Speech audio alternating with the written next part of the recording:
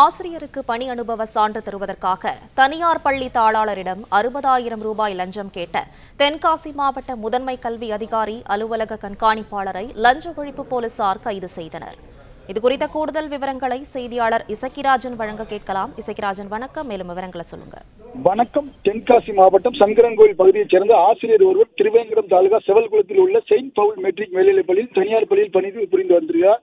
அவர் அந்த பள்ளியில் பணிபுரிந்த காலங்களுக்கு பணி அனுபவ சான்று கேட்டு பள்ளி தாளாளரிடம் விண்ணப்பித்த நிலையில் அந்த விண்ணப்ப படிவம் தென்காசி மாவட்ட முதன்மை கல்வி அதிகாரி அலுவலக வளாகத்தில் உள்ள தனியார் மெட்ரிக் மேல்நிலைப் பள்ளியுடைய அலுவலகத்தில் சமர்ப்பித்ததால் இதன் தொடர்ச்சியாக அந்த அலுவலகத்தில் பணியாற்றும் கண்காணிப்பாளர் சுரேஷ்குமாரை சந்தித்து பேசிய பொழுது 60,000 ரூபாய் லஞ்சம் கேட்டுள்ளார். இதன் தொடர்ச்சியாக இன்று 60,000 ரூபாய் லஞ்சம் கொடுக்கும் பொழுது தென்காசி மாவட்ட லஞ்ச ஒழிப்புத்துறை காவல் கண்காணிப்பாளர் தலைமையிலான போலீசார் லஞ்சம் கொடுக்கும் போது கையும் களவுமாக சுரேஷ்குமாரை கைது செய்தனர். இந்த சம்பவம் தென்காசி மாவட்ட கல்வித்துறையில் பெரும் பரபரப்பை ஏற்படுத்தியுள்ளது.